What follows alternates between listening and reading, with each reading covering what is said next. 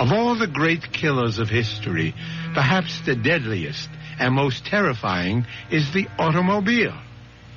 Nero, Attila the Hun, Bluebeard, even artillery fire, and the ultimate, the atom bomb. At least they have a purpose, a reason, a rationale.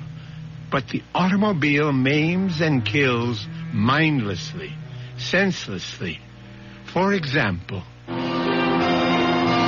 This is old Long Jack here in the studio on a lonesome, wet, foggy night. Saying if you're on wheels, real careful tonight. It's heavy, man, heavy. Oh, shut up, you fool. If you just let Big Daddy help you out, all you...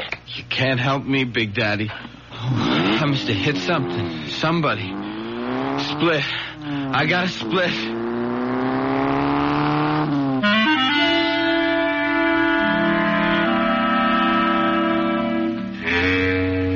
Our mystery drama, And Nothing But the Truth, was written especially for the Mystery Theater by Ian Martin and stars Arnold Moss. I'll be back shortly with Act One.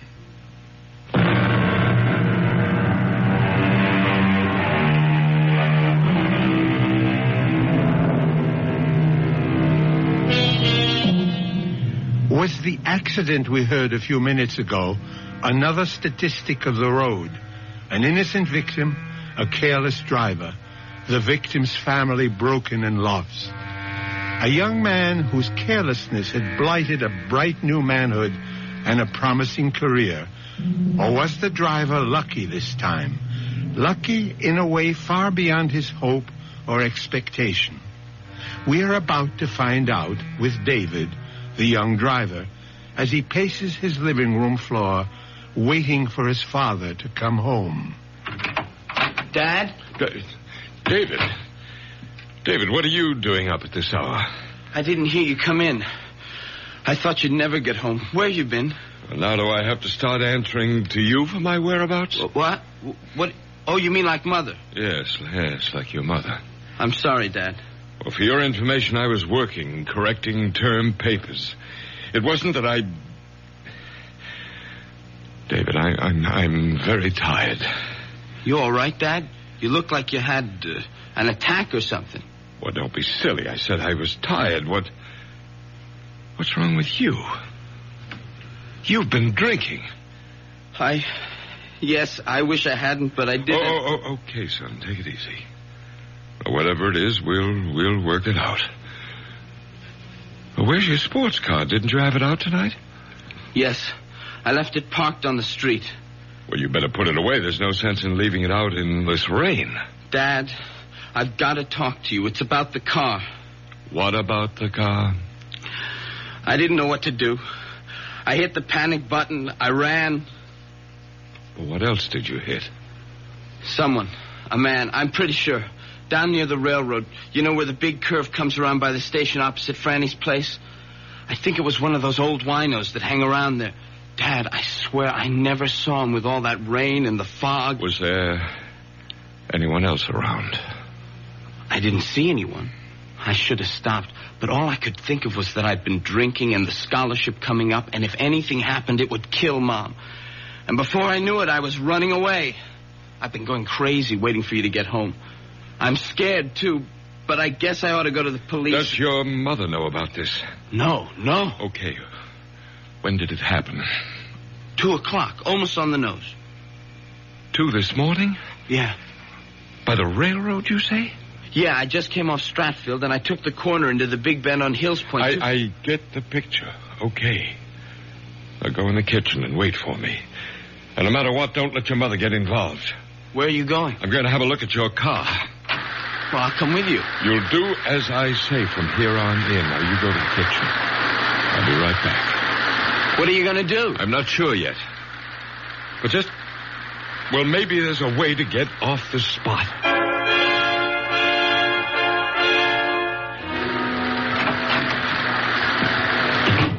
Is your mother still asleep? I guess so. She hasn't been down. There's a dent in your front right fender. Was that there before tonight? No. You sure? Yeah, I Simonized the car yesterday. Does it look bad? Well, not to... Well, it must have been a glancing blow. You mean maybe it's going to be all right? Maybe. Oh, I don't think I could have hurt him too bad. And a night like tonight, who'd be hanging around? It isn't going to be all that easy, David. They might be able to trace the car. How? You're missing a front right hubcap. There aren't that many Harley 584s in this town. So I'll have to give myself up. No. Let's figure this out. Was your mother up when you went out tonight? I don't know if she was asleep, but she wasn't downstairs. Well, then she didn't see what car you took. No? Did she see me leave? I mean, did she look out of the window or anything? No. She was just sitting in the big chair by the fireplace, crying. Crying? The usual. That I was off once again to the arms of another woman, Like that. Well, you don't believe all that talk, do you? Look, Dad, we've been down this road before. I'm not making any judgments. I'm not asking you to sit in judgment on me. I asked for a simple reaction between a father and his son. I'm sorry, David. I didn't mean to blow up. I guess we're both a little shook tonight. But you ought to know by now where I stand. It's just, well, I know Mom gets a lot of screwy notions, but all the same, I'm sorry for her. She's so lost, and, well, I'm always afraid that any little thing might push her right over the edge. Like tonight. Oh, Dad, what am I going to do? That's what we're going to figure out right now. I got a few more questions. You say the accident happened at 2 o'clock or so, right? Just as I said, almost exactly. Now, how do you know that? I was listening to Long Jack, and he was just going into a last commercial before he went off the air. The disc he was spinning was just ending, and, well, when I hit the guy. What was the record? An oldie, easy to love. And you hit this man just after you turned off Stratfield into Hills Point. Yeah. He suddenly stepped off the curb. Like out of nowhere. How fast were you going? Gee, Dad, Now, come on, don't pussyfoot with me. Too fast. I took the corner pretty wide. Did you skid? Yeah, it was pretty slick from the rain. And there was no one else around? No. You're sure? Yeah, I opened the door to look out. There was no one. That's why I lost my nerve and cut out. Well, I better get down and find out. You stay right where you are. It's after 4. The longer I wait, the worse it will be for me. You're not going to be involved in this at all, David. What do you mean? I mean, you were driving the station wagon tonight. I was the one who was driving the sports car, and I'm going to the precinct house right now to report that I hit a man and left the scene of the accident. Dad, I can't let you do that. Don't be a fool.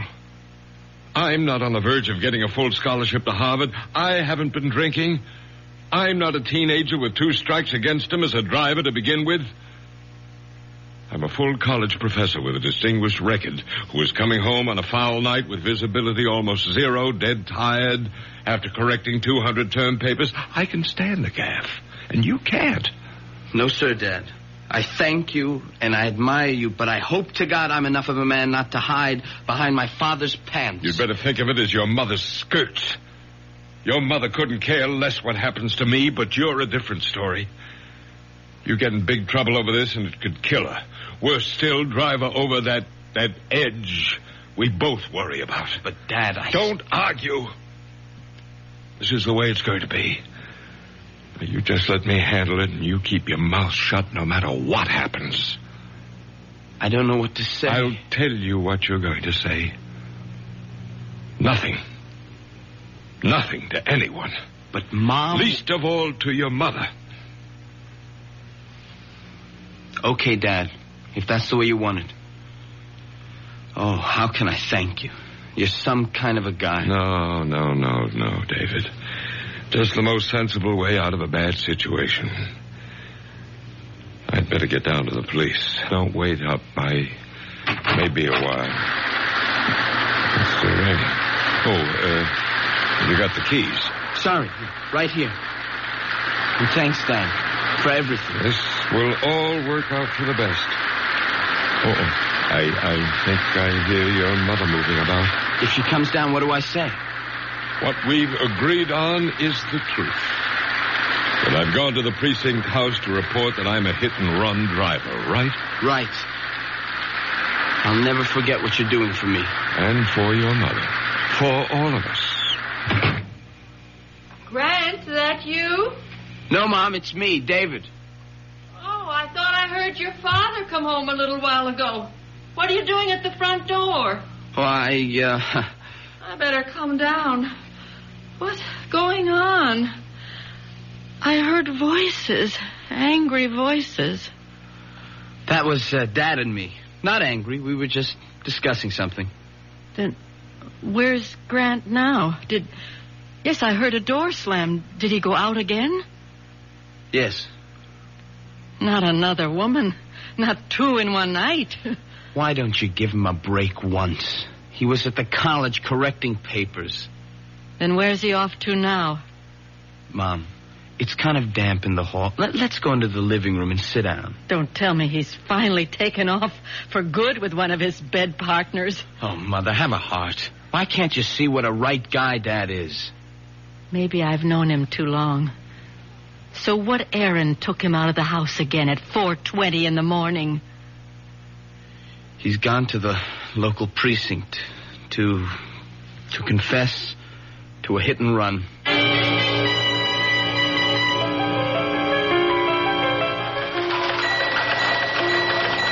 Yes, madam, I understand. I'll have some officers on the way immediately. Well, these are experts in the bomb squad. Oh, yes, ma'am. All the latest equipment. Thank you, ma'am. We do our best at the police department. Full moon time again, huh, Lieutenant? Oh, yeah, so the crazies are out on the broom tonight.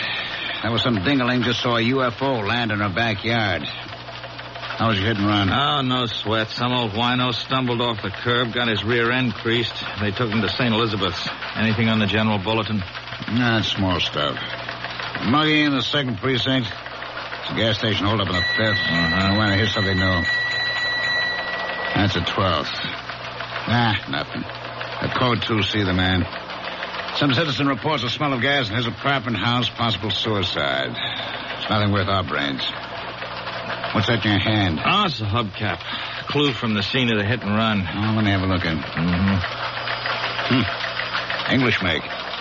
Probably from a Harley. Or some sport car like that. Found on the scene? About 75 yards away. No proof it had anything to do with the hit and run. How's the victim? Condition fair. When the ambulance picked him up, he only got struck a glancing blow. That still don't make no never mind. The perpetrator cut out. I want him brought in. Oh, so do I. But it may be a little rough. Even if we find the car this belongs to, it doesn't prove it was lost hitting the victim. Could have been loose and just fallen off.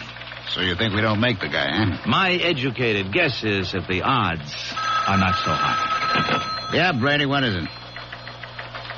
You don't say. Right with you now, huh? Well, how about that? Yeah, bring him right in. Educated guess, huh? I was wrong. Couldn't be wronger. Guy named Williams just came to the desk and confessed to making the hit and run. He's on the way in. You and he should get on together just dandy. Guy's a college professor.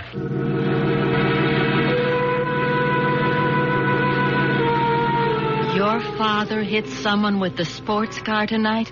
But that's impossible. How can you say that, Mom? Because he wasn't driving that car tonight. How do you know? You didn't see him leave? No, but I was awake when he drove in, and I could swear, I know he was driving the station wagon. A father's sacrifice for his son. Surely a noble, if misguided, gesture. The question, of course, is, should a young man or anyone be encouraged to evade responsibility? And will the simple act of altruism remain just that? We'll find out shortly when Mystery Theater returns with Act 2.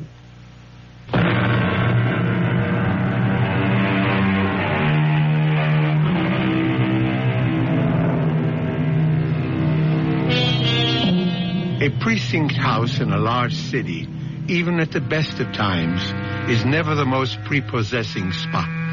In the dog hours of the morning, Dusty, dingy, tired paint peeling from the walls, half-empty coffee containers with cigarette butts floating in them. It's certainly one of the most depressing times.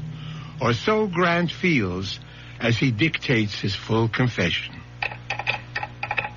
It was only when I was putting the car away in the garage and I noticed a dent in the fender and found that one of the hubcaps was missing that I began to realize with horror that I might have hit an animal, an opossum or something. It never occurred to me that it might have been a human being.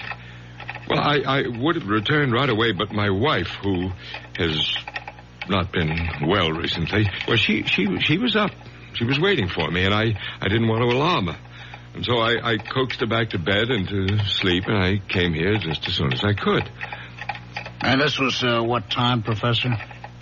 Almost exactly 2:00.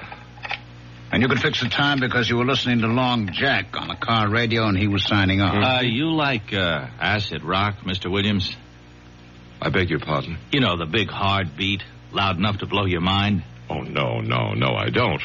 Why? Well, that's Long Jack's bag. It's most of what he plays, you know. I didn't figure you'd dig his scene. Yeah, well, I didn't. I turned on the radio to keep me awake, not for music appreciation. Uh-huh. As a matter of fact, I remember the last number he was playing just before he signed off was Easy to Love, and I wouldn't call that exactly contemporary. The main point is that you made the turn at 2:00. You felt a jarring feeling, which jives with our information, right, Rizzo? Right, Lieutenant. I see. Victim left Franny's restaurant, 518 Hills Point Road, at approximately 2 minutes to 2 a.m. Because victim was discovered by George Bates, post office employee, some 2 minutes later. He heard a car drive away, but due to adverse weather conditions, could not see it or make any identification. Victim was Dominic Capello, unemployed, 61 years old. Well, I hope he's all right. He's at the hospital. We don't know the extent of the injuries yet. I feel terrible, that poor old man. Professor Williams, let me point out something. From your story and our evidence, there is no clear-cut evidence that you did hit this man. Now, if I were you, before I went any further, I'd get a lawyer. Oh, there's no need for a lawyer. I'm quite willing to face my responsibilities. If you will prepare a statement for me, I'd be very glad to sign it. All right. I'll leave you here with Patrolman Foster, who'll type up a statement. You just check it over when he's finished, and then if you still want to, you can sign. I'll be right back. Lieutenant, see you a minute outside. Okay. All right, Rizzo, what's biting you? I think the guy's lying. About what, for Pete's sake? Why would he lie? To cover up. Cover up who? How do I know? His daughter, son, wife. Why would he want to take the rap for them? That's what'll take some digging to find out. Oh, boy. 15 precincts in this city, 4 detective divisions, and I have to get stuck with you. You want to make a federal case out of one sneaky little hit and run where the guy comes in like a good citizen and confesses, and just for once make the job easy? What do you got to do, go looking for trouble? Now, Lieutenant, it isn't just the few small discrepancies. It's the whole psychology of the man. Psychology, that's all I need. The new breed. Now, look, Rizzo, will you for once just forget the college education and get back in there and have that statement signed, sealed, and delivered, and stop making waves?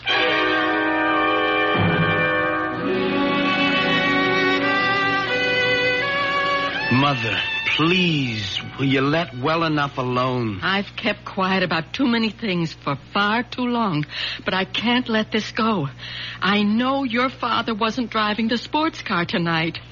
Okay, so he wasn't. So you know what that means. Oh, my darling, You want to get me locked up? No, of course not. But why should it come to that? You don't know yet if you really hit anyone or hurt them. I'm not kidding myself. When I pulled away, I tried to tell myself nothing had happened. But now it's all on the table, and I know that guy got hurt. And I'm scared. I'm scared of what they could do to me. Darling, there's nothing to be scared of in being honest, owning up. It was an accident. David, please. Will you let me go? I'm only trying to help you. Oh, sure. Some help you are. I don't understand you, Mother. Look what Dad's willing to do for me, and all you want is for me to turn myself in. I want you to be honest. This is for laughs. I mean, Look, Dad went down there to take the blame so he could protect you as well as me. Protect me? Yes. He said it would kill you if anything happened to me. Grant was worried about me? Yes. Don't you ever believe it. Mom, how can you be so bitter? Look what he's done for me. He's got to have an angle. That's unfair. I know you and Dad have problems. I'm not going to try to make any judgments about... Oh, but you do. You make them every day in spite of yourself. And always against me. Mother, I've had just about as much of this as I can take. You know, the curious thing is that I know you love me in spite of everything. Just give me a moment. What is it? I don't stand much chance, do I? I spend so much time upstairs with myself. Very lonely with just yourself. I'm a woman not quite able to cope. A woman with hallucinations. It's something out of Dickens.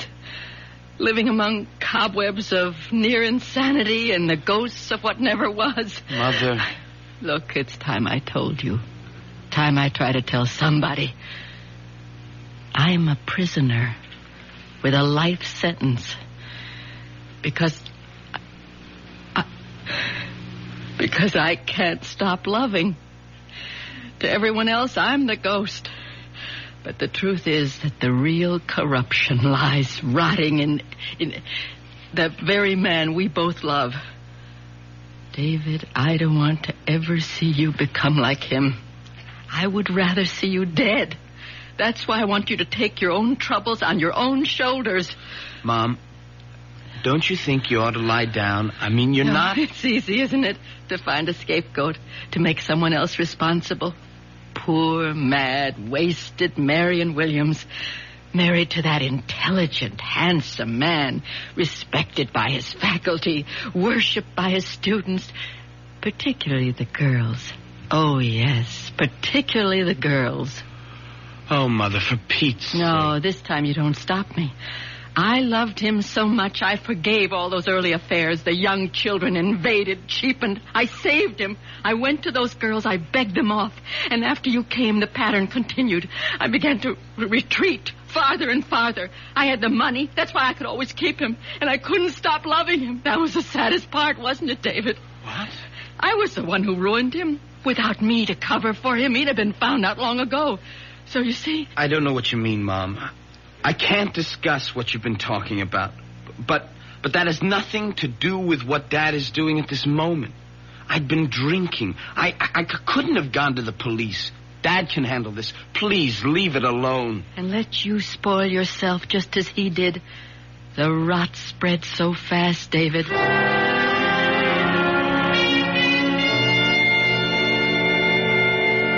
The incident was totally minor in mine till I returned home, found that there was a dent in my front fender.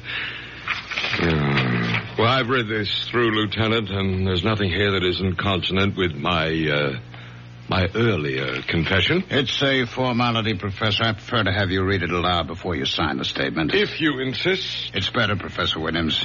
There is much more. Go ahead. It's quite evident that I must have been responsible for striking with my automobile one Dominic Capello, 61, at approximately 2 a.m. on the above date. This statement is a true and unsolicited confession of my responsibility and... Excuse me, Lieutenant. Have you warned the professor again that he should have legal representation? No, I don't need a... I'll have to warn you, sir, that you may. The man was hit, just died in the hospital without regaining consciousness. It isn't just an accident anymore. It could be homicide. Oh, come on, Rizzo. Manslaughter. But it does change things, Professor. If you sign this, I'll have to book you. You should have a lawyer before you sign. Well, nonsense. I want to sign. Let's not waste any more time, and then I'll call my lawyer. All right. Detective Rizzo, will you witness this? No. You'll have to be fingerprinted, Professor. Whatever you say, Lieutenant. Foster will take you to a phone first to call your lawyer about bail. Thank you. And thank you, Detective Rizzo. Don't mention it. All right, now, Rizzo, don't say it. I've got to. Something's out of kilter. I never saw a man so anxious to get arrested in my life. He just wants to get it over with and get back to bed. Now, who doesn't? It's wrong, Lieutenant. It's wrong. A cool, collected individual like that doesn't go around hitting panic buttons and taking a powder out of a bad situation. Now, Joe, drop it. Lay off. Don't give me any more of the psychology. I'm just a plain flatfoot who came up through the ranks by sticking to one thing, facts. Let's give the guy a vote of thanks for coming in. My psychology is we leave it lay, huh? You got any other hunches? Save them for the ponies. Okay? Okay.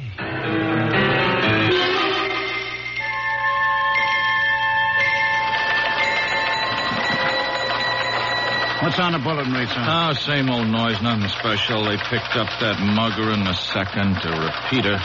What's happening with Professor Williams? Huh? Williams, the professor. You remember the guy we spent most of the night with? Oh, yeah. Well, he got fingerprinted and his lawyer sprung him. He's going home. Hey, look at this, Lieutenant. What? That code 2. See the man in the 12th?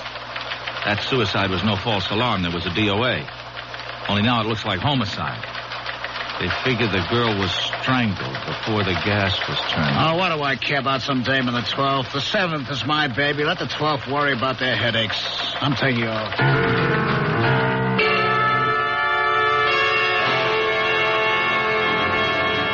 Marion, for the last time, you stay out of this or I'll... You'll what, Grant? Kill me? You did that a long time ago. The only reason I clung to any shred of life was because of David. And a fine little mama's boy you made out of him. The moment my back is turned, he runs to you, he blurts out the whole thing. Oh, no, he didn't. I figured out what happened myself. I saw you drive away in the station wagon. Oh, why can't you mind your own business? Because I don't trust you. And I want David to be a man and stand on his own feet. Will you get something through that bird brain of yours? The man who was hit is dead. David had been drinking. You won't be emancipating your son. You'll be burying him in jail. Is that what you want? You're hurting me, Grant. Is that what you want? Or will you keep your mouth shut and allow me to do something for my own son? Please, let me go. Not until I get your promise to leave things as they are. I don't want David to go to jail.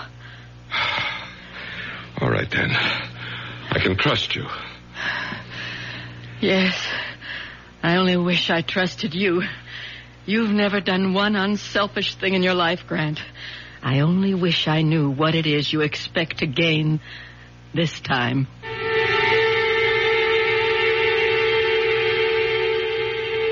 A torturing dilemma for a mother and a father. Is the father right to protect his son, or the mother to feel it would be better for her son to take his medicine? So many other questions pose themselves. Questions which will be answered when Mystery Theater returns shortly with Act 3.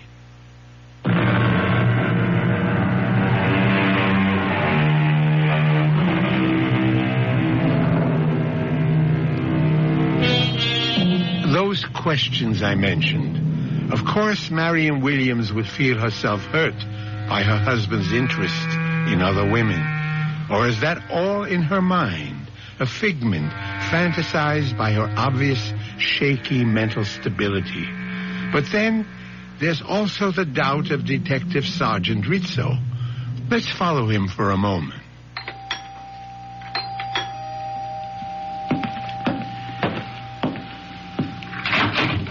Yes?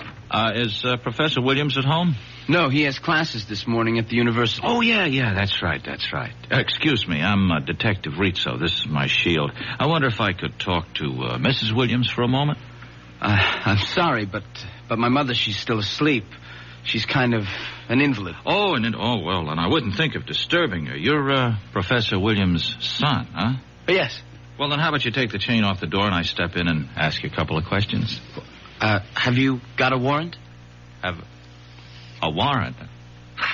Now, what would I want a warrant for? Look, don't let me being a cop scare you. Oh, I'm not scared. You always keep a chain on when you open the front door? No, look, I'm sorry. You're wasting your time. My father told me not to answer any questions. Oh, then you know about the accident last night, huh? Yes, but I'm sorry. I've got to close the door. You drive, kid? Sir, your foot's in the way. Oh, yeah. Yeah, so it is. Anyway, I figure you drive since you got a license. I looked it up in the bureau. Would you move your foot, please? Hold it just a minute. Here's your newspaper, huh? You might want to read about the accident. Page 4. You know, check out the details. Thanks for the paper. Sure. Here. Will you let it go, please? You, were not driving yourself last night, were you? I'll take the paper. Yeah. And now I know my hunch is right.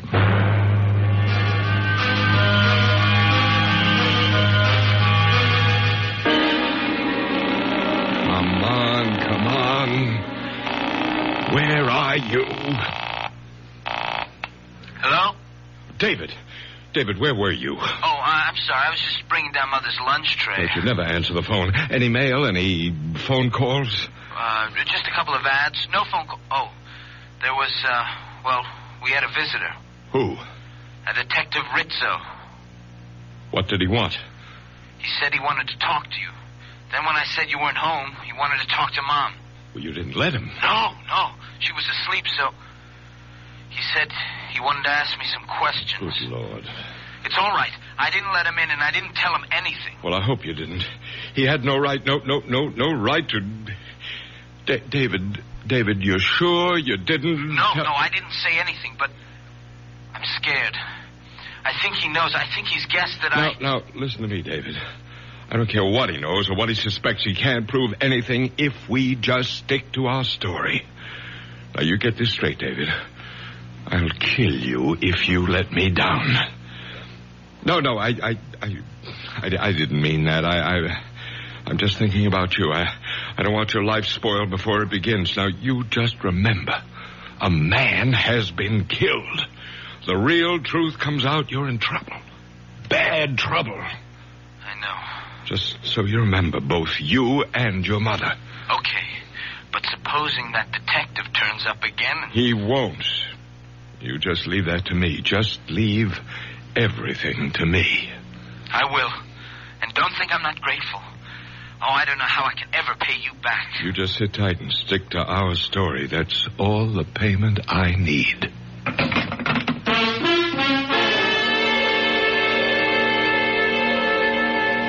I quite understand, Professor. Detective Rizzo exceeded his orders. I promise you he won't bother your family again. I'm sorry if I lost my temper, Lieutenant. I don't blame you, sir.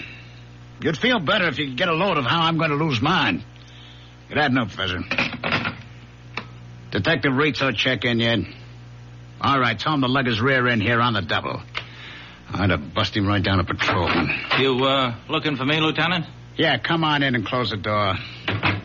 Jarvis on the desk tells me the Williams guy was on the phone having a fit. Didn't I tell you to stop making waves? Well, yes, Did Lieutenant, I tell you the Williams case was closed? It can't be closed as long as there's a charge. That's up to the judge. Now, we've done our part. We have a statement and a confession. That's all we're supposed to provide. Uh-huh. A phony confession. What does that mean? Now, look. That professor has a kid. Around 17, 18, huh? I talked to him today. I'll lay you dollars to donuts. He was the one driving the car with that accident. You have any proof of that? No, but give me an hour with that kid and I'll crack this case. Detective Rizzo. Strong-arm methods from a member of the new breed? I thought today's young cop was exchanging the third degree for a college degree. You know I didn't mean anything like that, but if you just give me a chance to get to the bottom... Why would a respected college professor, a guy as prominent in this town as he is, why would he risk his reputation to cover up something his son did? I don't know. I mean, this guy's a teacher. The last thing in the world he'd do is let his son run out on a responsibility. Yeah, that's the way I see it. Psychologically. Psychologically. Now, let's not get tangled up with that bull again, huh? We have a confession, Detective Rizzo. Lieutenant, give me a break. I got the strongest hunch. It isn't any stronger than mine. And mine is, if you don't let this lay like I told you, you're going to be back in your boondockers walking a beat as far uptown as these city limits stretch. Okay, Detective Second Grade, is this case closed? Well, like you say, the case is closed.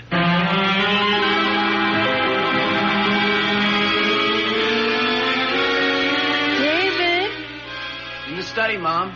You all right? I just want to talk a minute. What are you doing? Just catching up on some homework. David, that man, that detective you said came here, are you sure all he asked you about was the accident? Look, Mom, I promised Dad I wasn't going to talk about it anymore. So did you. It's a closed book. We're going to have to open it again. Did he ask you about anything else than the accident? No, but... Look, David, you have got to go to the police and tell them the truth. Now, I promised Dad... David, don't make me go. You promised him, too. You don't understand. Everything's changed. He has to be stopped. There must be some justice. Mom, why don't you go upstairs? Look, don't treat me like an invalid, or worse, a half-wit. Have you read the newspaper that you brought up to me today? No. Do you know a girl named Susan Rowland? Susan? Yeah, kind of. I mean, she was a class ahead of me at school.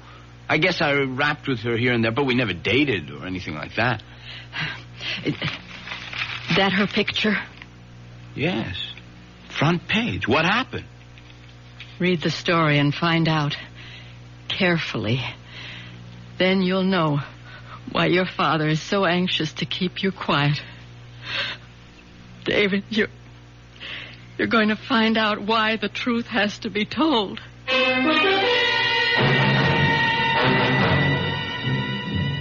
Lieutenant Klamath here. How's everything with the 12th, John? You know how it goes with lieutenants in the police department, from bad to worse. A little favor, George. Name it, you got it. You see the DOA we had on the bulletin? Possible suicide, now definitely homicide. The picture in the morning paper? Yeah, that's the one. Susan Rowland, 19 years old, college student. We're running a routine check on all our acquaintances. You got a make on anyone? No. Fingerprints all over the place, but not even a warm lead. Uh-huh. What can I do? Well, I'm running down blind alleys.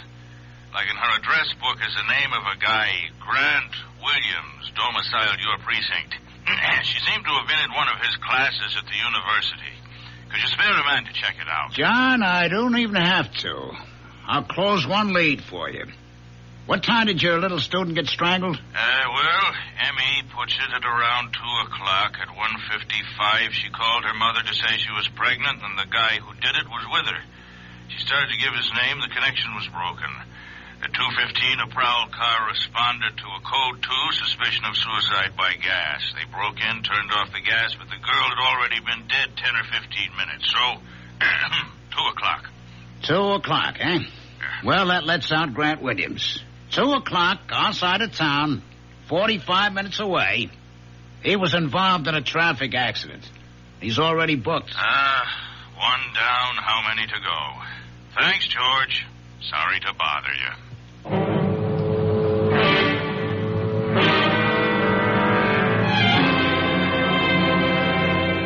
How long ago did he leave? Too late for you to stop him. Oh, I ought to kill you for this. Like you did that poor little girl. No. I didn't mean to. The little idiot refused to have an abortion. She wanted me to marry her. Marry her, for heaven's sake. Oh, and divorce your meal ticket. Marion, please help me. No, not anymore. Anyway, I couldn't even if I wanted to. But David, maybe I can still stop David. If you could, you'd still have to stop me.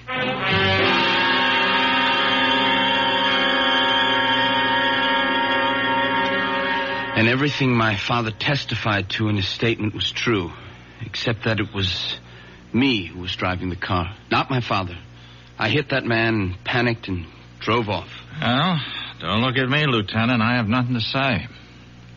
You wouldn't have to, Rizzo. I know the boy's telling the truth. Yeah, you were right all along. I had a phone call about a half an hour. I demand to see my son. It's all right, Sergeant.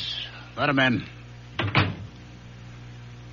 What is it, Professor Williams? David, I don't want you to say one word until I've talked to you and we can get legal advice. It's too late, Dad. I've said everything I have to say. You don't know what you're doing. The first time in my life, I do. I'm taking care of myself. Oh, how could you do it, Dad, to a nice kid like Susan? I don't know what you're talking about. I can clear that up, Professor. We're booking you for the murder of Susan Rowland. Oh, you can't. I have an alibi. Correction. You had an alibi. But I'm not guilty. And you can't prove it. We will. With your help. What do you mean? It's ironic, isn't it?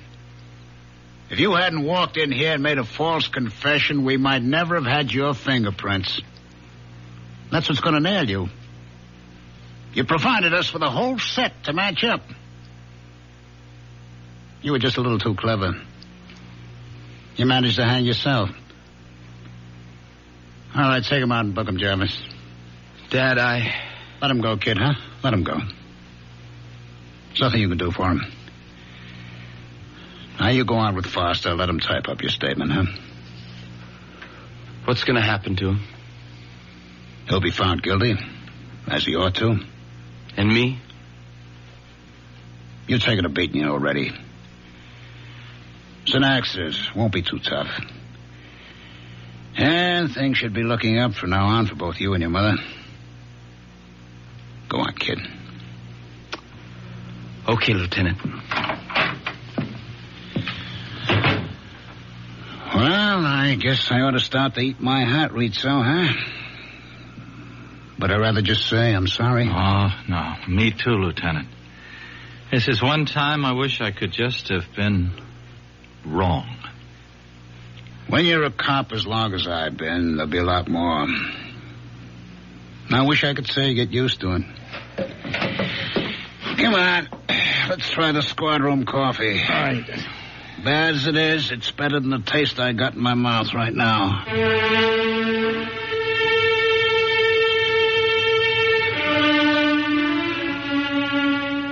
I'll be back shortly with a final thought. So Marion's intuition was right, along with Sergeant Rizzo, and David made the first long stride towards being a man. Something else I'd like to say about that. Not every story must have a moral, but I believe this one has.